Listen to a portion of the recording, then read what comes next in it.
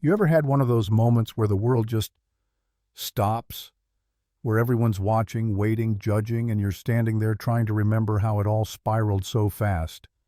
That was me at gate C42 when a woman in leopard print heels snatched my phone out of my hand, claimed it was hers, and tried to board my flight. Minutes later, the entire airport went silent when the gate agent announced over the loudspeaker, "We have a passenger attempting to board with someone else's boarding pass."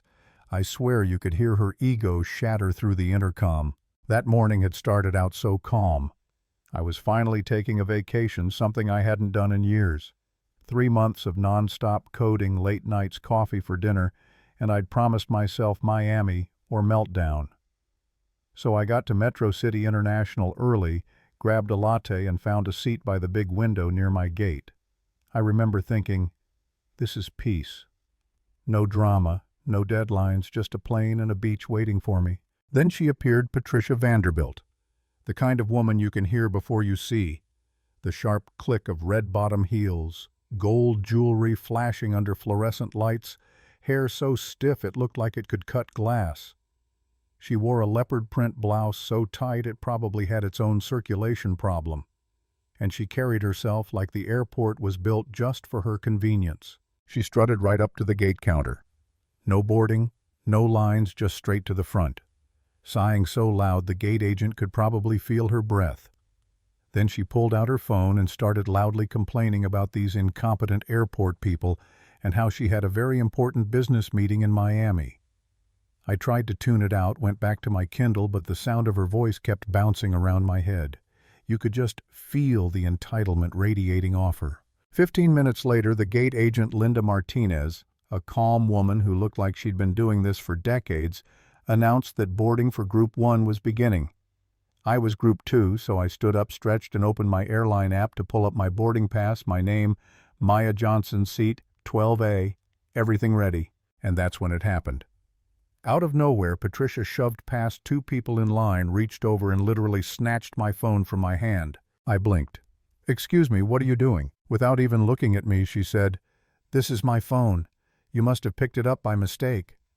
Her tone was so drippingly condescending I almost laughed. "That's my phone," I said, stepping forward. "Give it back." But she just turned her back on me and marched straight to the gate podium. My brain froze. I looked around, waiting for someone else to say something, but people just stared wide-eyed as she held my phone up to the scanner. Linda scanned it.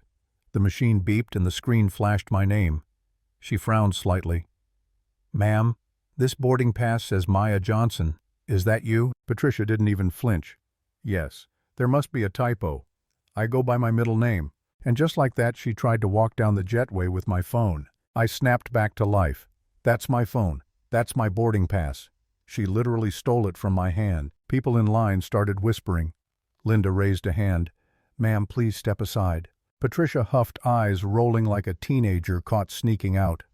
"I don't have time for this. I'm in first class and I need to board." Linda tilted her head. "This boarding pass says seat 12A economy, so let's clear this up."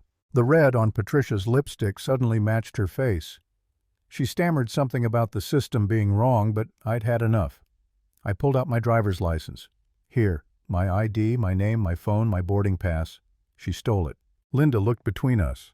My ID, my phone, Patricia's smug face, and then asked, "Ma'am, can I see your ID and your boarding pass?" Patricia's confidence cracked. She rummaged through her designer bag, hands shaking, and pulled out an ID that read, "Patricia Vanderbilt." Linda raised an eyebrow. "Ms. Vanderbilt, this ID doesn't match the boarding pass you just scanned." Patricia's voice went shrill. "I told you Maya is my middle name. This is ridiculous." Linda stayed calm, professional. "Then please show me your actual boarding pass." Patricia dug through her purse again and finally pulled out a crumpled piece of paper. Linda looked at it, then slowly lifted her eyes. "Ma'am, this ticket is for Flight 312 to Los Angeles, from gate B17. You're at the wrong gate and the wrong flight." I swear you could feel the collective "oh" from everyone standing nearby. Phones started recording. The woman next to me mouthed, "What the hell?" Patricia froze, then tried to twist her way out. "Well, your staff must have given me wrong directions, and this woman clearly has my phone." I held up my phone screen lit with my lock photo, me and my sister on the beach. Really?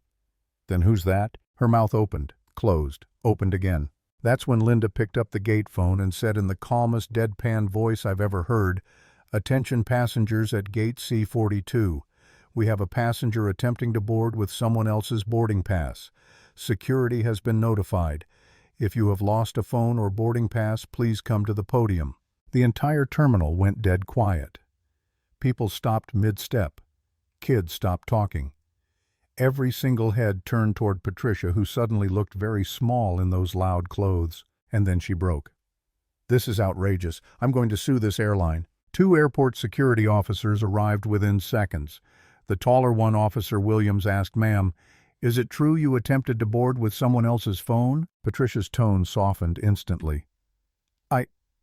I made a mistake. I lost my phone in the Uber this morning. I panicked. I thought maybe you could steal someone else's," I muttered, not even bothering to whisper. Her eyes shot daggers at me. "I didn't steal anything." Officer Williams crossed his arms.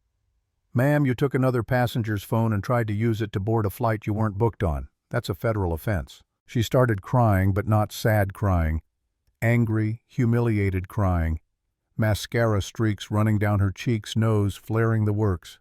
"I just needed to get to Miami. I didn't mean any harm." And standing there watching her unravel, I had this weird mix of emotions. Anger, sure, but also disbelief. How do you even reach a point in life where you think you can take from someone else and just talk your way out of it? Linda asked for my statement. I explained everything from the moment I was reading quietly to when Patricia yanked my phone. I showed her my ID, the airline app, the booking email. Every detail matched. Patricia tried to protest again, but Officer Williams stopped her. "Ma'am, enough. We've confirmed the facts." Then he said the words that made the entire crowd exhale in satisfaction. "You're being issued a citation for attempted theft and interference with airline operations." Patricia's jaw dropped. "A citation for this.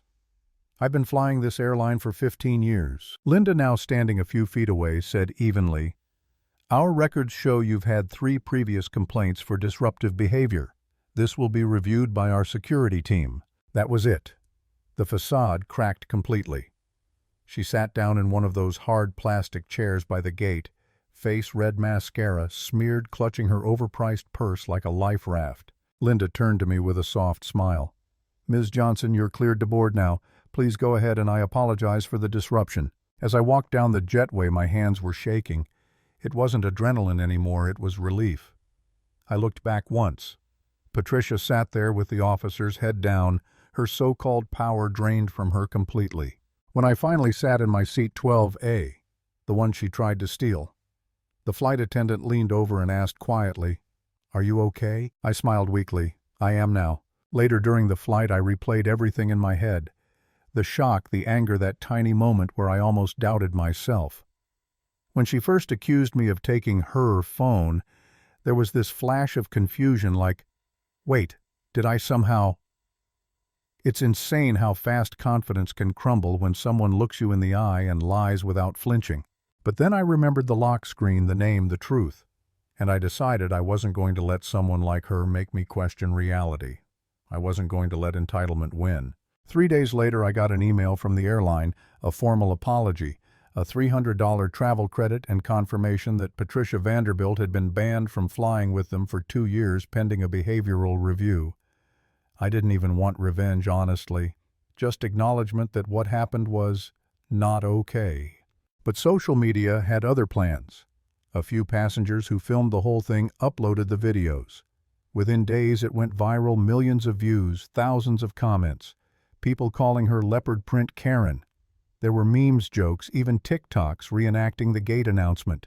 And honestly, I didn't feel guilty, because sometimes people like her don't learn until the whole world holds up a mirror. When I told my sister about it later, she laughed so hard she almost choked. She really tried to board your flight with your name. What did she think was going to happen? I just shrugged. She thought rules don't apply to her. Until they did. That's the thing about arrogance. It works right up until the moment it doesn't. So if you ever find yourself facing someone who thinks they can take what's yours, stay calm, stay steady, and let the truth do the talking. Because when the truth speaks through a gate agent's microphone, there's nowhere left to hide. Moral: entitlement will always trip on its own heels, especially the red-bottomed kind.